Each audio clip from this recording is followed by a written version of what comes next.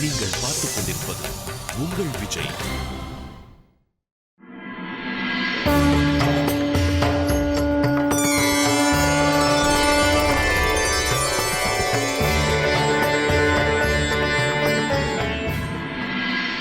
மணமகனை பூஜிக்கும் சடங்கு பூர்த்தியானது. இனி மணமகளை பூஜிக்க அன்னை அனுசியாவும் ரிஷிகள் அத்ரியும் முன்வர வேண்டும். தம் கோத்திரத்தை கூறுங்கள் மகாதேவா.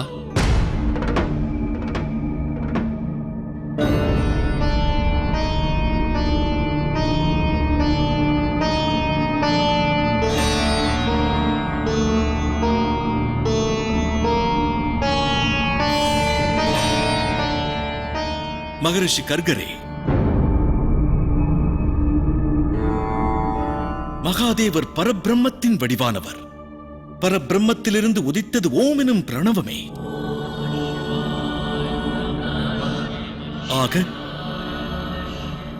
அதையே முன்னோராக கருத வேண்டும்.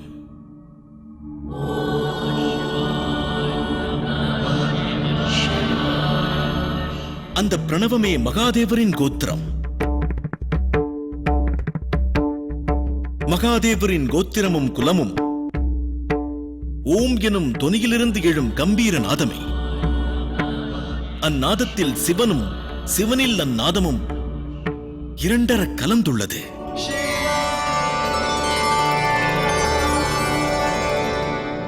எனில் மணமகளை பூஜிக்க துவங்கலாம். மகாதேவா, தாம் இனி சிறிது நேரம் விருந்தினர் அறையில் ஓய்வெடுக்கலாம். மணமகளை பூஜித்து சிருங்காரித்த பின்னர் மீண்டும் இங்கு தமக்கு அழைப்பு விடுக்கிறேன். மணமகளை பூஜிக்க கைலாயத்திலிருந்து வந்த சாமக்கிரியைகளை தயை கூர்ந்த மண்டபத்தில் சேர்ப்பியுங்கள். இது என்ன நேரம்? அவசரத்தில் எதை செய்தாலும் விளைவு இதுவே. இனி மணமகளின் பூஜையின் சமயம் அன்னைக்கு நாம் எதை பரிசளிப்போம்? இந்த சம்பிரதாயங்களை நான் கவனத்தில் கொண்டிருக்க வேண்டும்.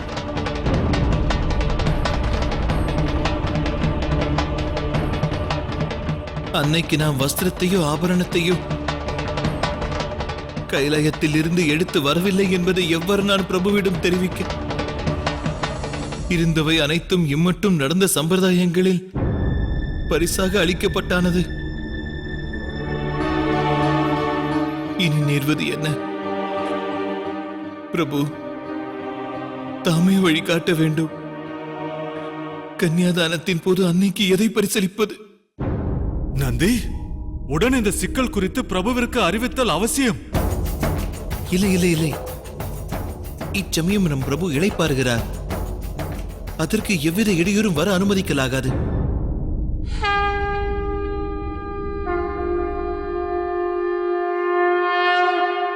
இந்த சங்கநாதம் மணமகள் பூஜை துவங்கியதற்கு அறிகுறி. பிரபு, தயை கூர்ந்து மார்க்கம் காட்டுங்கள். அடியவனை காத்தருளுங்கள் பிரபு.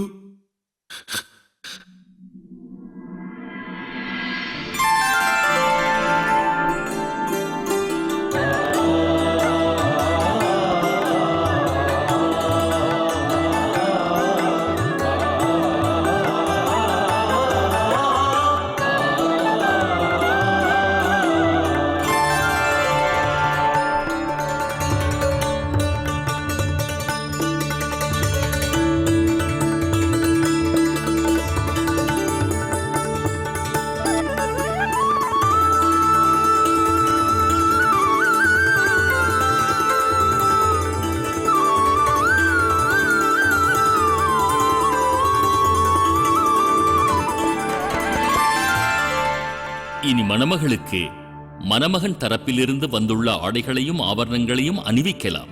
ஜெய விஜயா, மணமகன் தரப்பினர் அறைக்கு செல்லுங்கள்.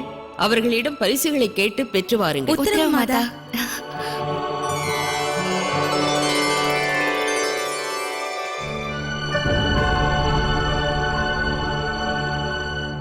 மகாதேவர் எங்குள்ளார்? பிரபு இச்சமயம் இளைப்பாறுகிறார். உள்ளே செல்ல நான் எவரையும் அனுமதிக்கலாகாது.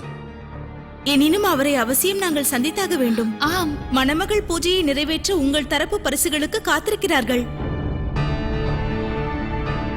தேவி, சற்று பொறுங்கள். தேவி,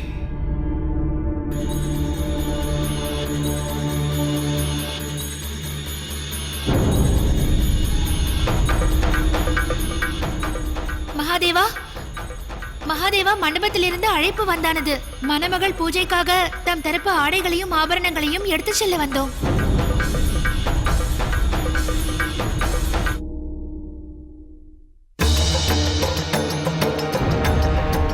மகாதேவர் இவ்விடத்தில் இல்லையே.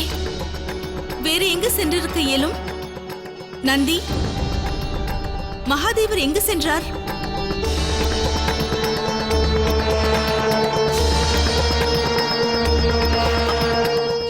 ராஜமாதா, ராஜமாதா, ராஜமாதா, என்ன நேர்ந்தது? மகாராணி, மகாதேவர் அங்கு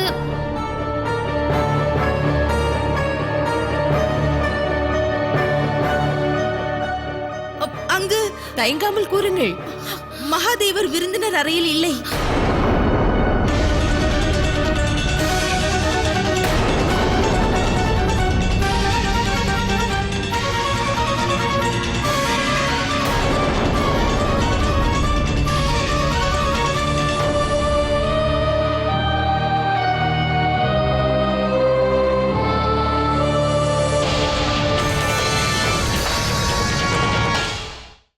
நிகழ்ந்தவை அனைத்திற்கும் காரணம் நானே. என் உள்ளத்தில் எழும் சிந்தனைகள் அனைத்தும் மகாதேவரால் உணர இயலும் என்ற உண்மையை நான் அறிந்திருந்த பின்பும் எவ்வாறு அவரை நான் கவலையில் ஆழ்த்தினேன்.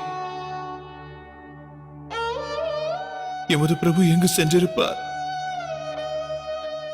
எங்கு சென்றீர்கள் பிரபு? அத்துடன் எனது அன்னையை மண்டபத்தில் தனித்துவிட்டு எவ்வாறு அவர் செல்ல இயலும்? இல்லை, உடன் சென்று நான் அன்னையை சந்தித்தல் அவசியம். விரைந்து சென்று காண வேண்டும்.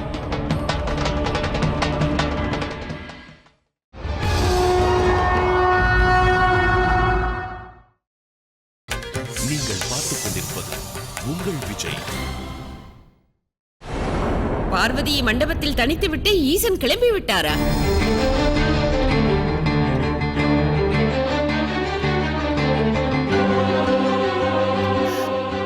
எத்தகைய அனர்த்தம் நிகழ்கிறது இங்கு? இவ்விவாகத்தில் எனக்கு இருந்த ஐயம் உறுதியானது. சிவனை போன்றவர்கள் நம்பிக்கைக்கு பாத்திரமானவர்கள் இல்லை.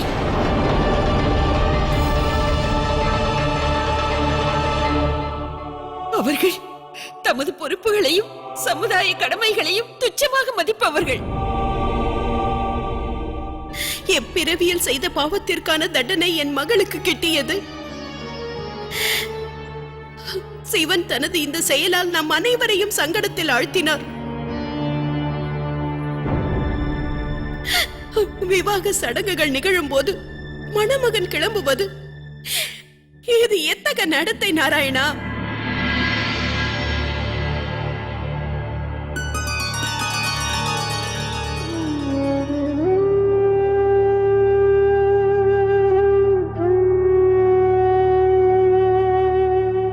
அன்னையே, தாயே, நந்தி,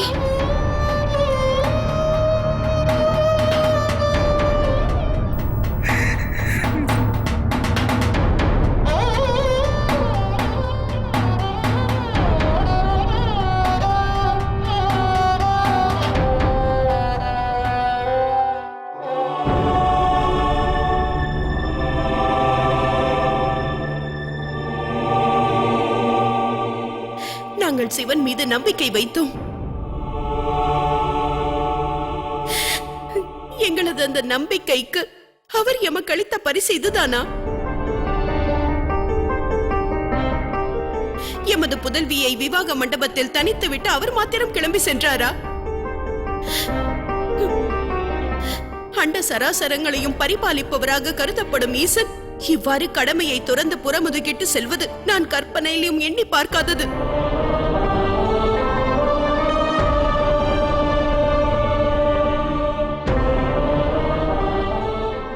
தாமே அல்லவோ மகாதேவரை அழைப்பு வரும் மட்டும் ஓய்வெடுக்குமாறு வேண்டினீர்கள். மகாதேவரும் அதையே செய்கிறார். எனினும் அவர் அங்கு தென்படவில்லையே. விருந்தினர் அறை முழுவதும் அவரை நாங்கள் தேடியானது.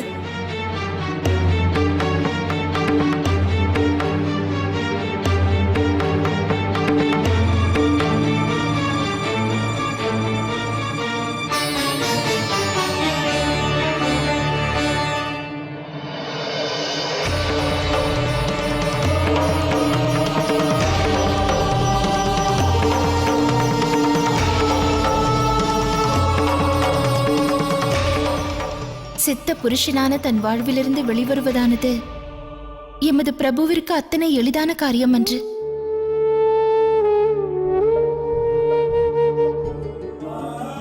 ஆகையினால் அவர் மானிடர்களது பாரம்பரியத்தை சார்ந்த விதிகளிலிருந்து விலகி இருக்க ஏகாந்தத்தை தேடி ஓய்வெடுக்க சென்றிருப்பார்.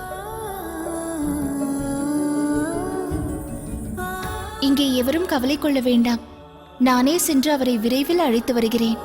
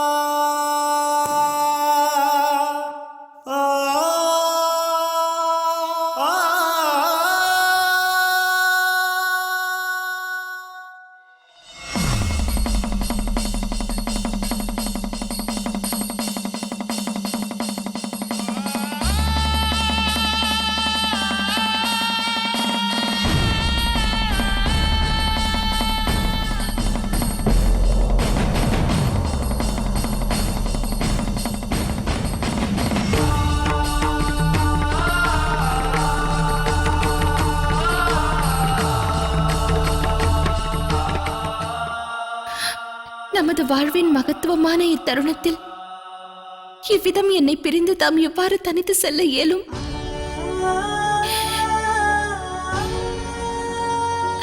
இன்று அனைவர் முன்னிலையிலும் நான் தலை தாழ நேர்ந்தது. தம்மை குறித்து கூறும் அவதூறுகளையும் சகிக்க நேர்கிறது. தம்மை எவரேனும் கடமை உணர்வற்றவர் என கூற கேட்க இந்த அடியவளுக்கு ஆற்றல் இல்லை சுவாமி.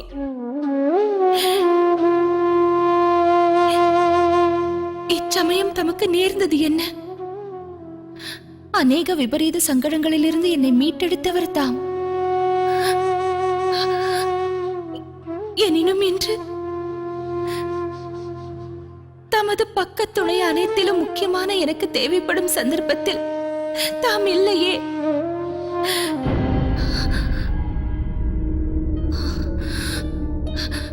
இல்லை இல்லை, இத்தகு தவறை தாம் என்றும் செய்ய இயலாது. இதிலும் தமது திருவிளையாடல் ஒளிந்திருக்க வேண்டும்.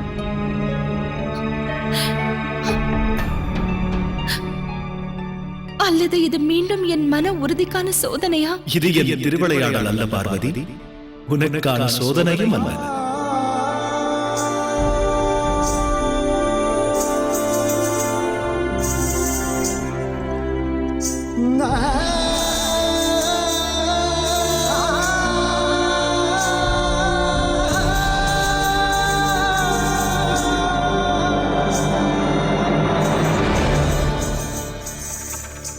தாம் எங்கு சென்றீர்கள் மகாதேவா?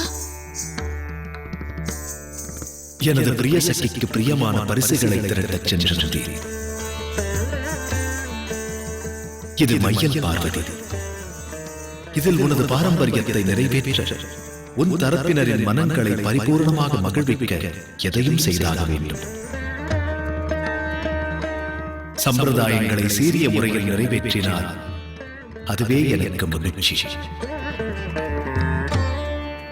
ஏனெனில் அதுவே உனது இச்சையாகும். தம் கூற்று விளங்கவில்லையே, சற்று விளங்க கூறுங்களேன். கன்னியாதான சம்பிரதாயத்தில் மணமகன் தரப்பிலிருந்து மணமகளுக்கு வரும் ஆபரணங்கள் மற்றும் ஆடைகளை நீ அணிந்த பின்பே பூர்த்தி அடையும்.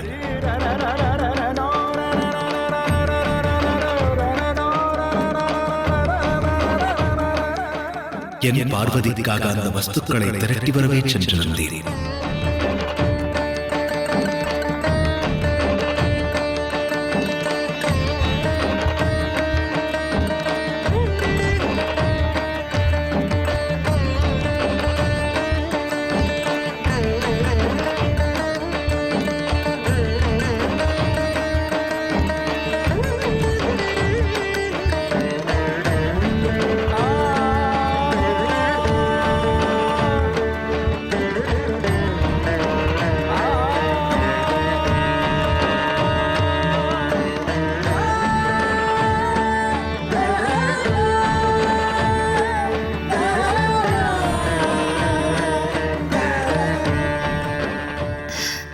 அதி அற்புதம்.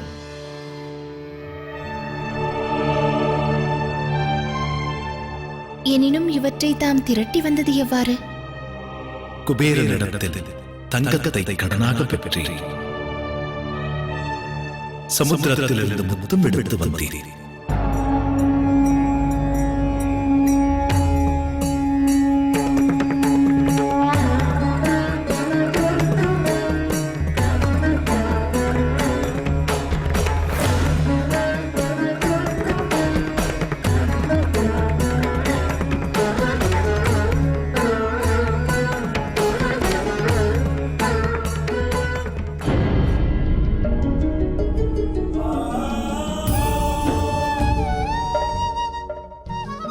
இவற்றினும் அதிக மதிப்புடையது எமக்கு யாதென்று அறிவீர்களா சுவாமி?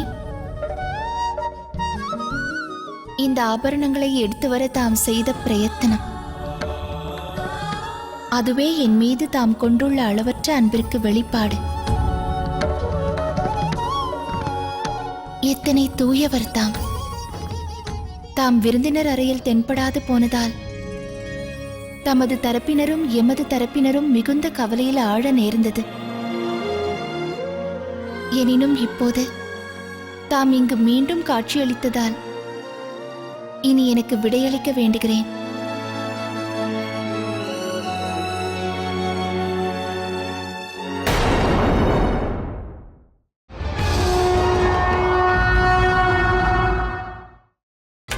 நீங்கள் பார்த்துக் கொண்டிருப்பது உங்கள் விஜய்.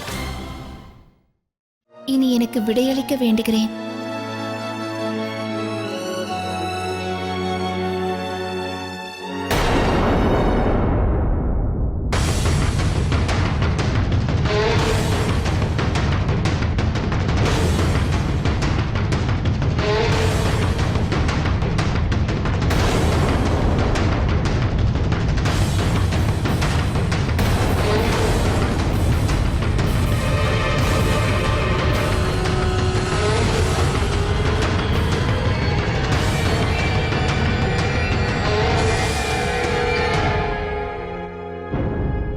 இந்த விவாகம் நிகழ அனுமதிக்கலாகாது. எமது மருமகன் நம்மை போன்றவர் அல்ல என்பதை நான் அறிந்திருந்தேன். சிவன் மீது நாங்கள் நம்பிக்கை கொண்டோம். அவர் மீது நாங்கள் கொண்ட நம்பிக்கைக்கு அவர் எங்களுக்கு அளித்த பரிசு இதுதானா?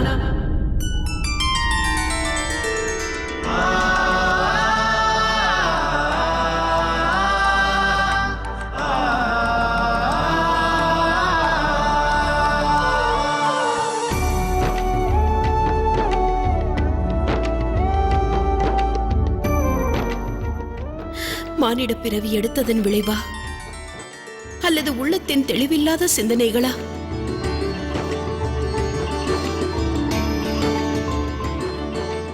காரணம் யாதாயினும் மீண்டும் நான் தமது தெய்வீக தன்மையை உணர தவறினேன்.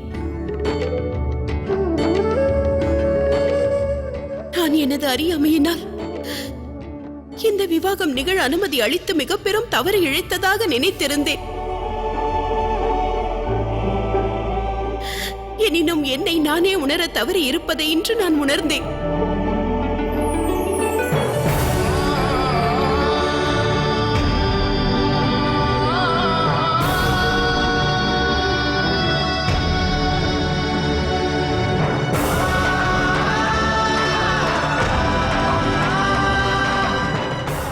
என் பௌத்திரியின் மீது கொண்ட அக்கறையினால் தகாத பல வார்த்தைகளை நானும் கூறினேன்.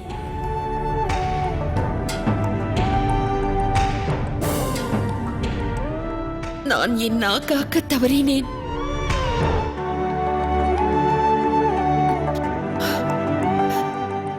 என் பிழைக்காக தம்மிடம் மன்னிப்பு வேண்டுவதே முறை.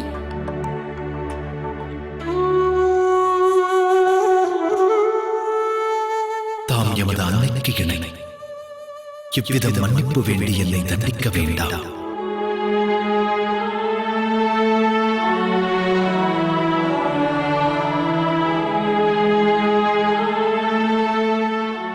இன்று அனைவருக்கும் தம் உண்மை ஸ்வரூபத்தின் தரிசனம் கிட்டியது.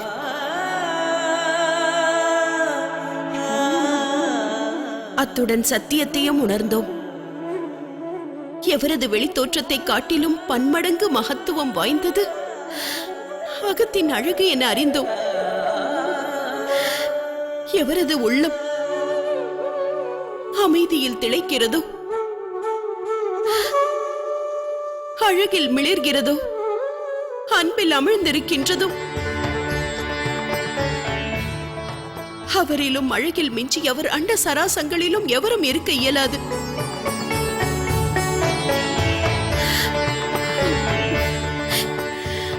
தம்மிடம் அடியவளின் ஒரு வேண்டுகோள். இந்த விவாகத்திற்காக தாம் மீண்டும் தமது யதார்த்த ஸ்வரூபத்தை ஏற்று காட்சியளிக்க வேண்டுகிறேன்.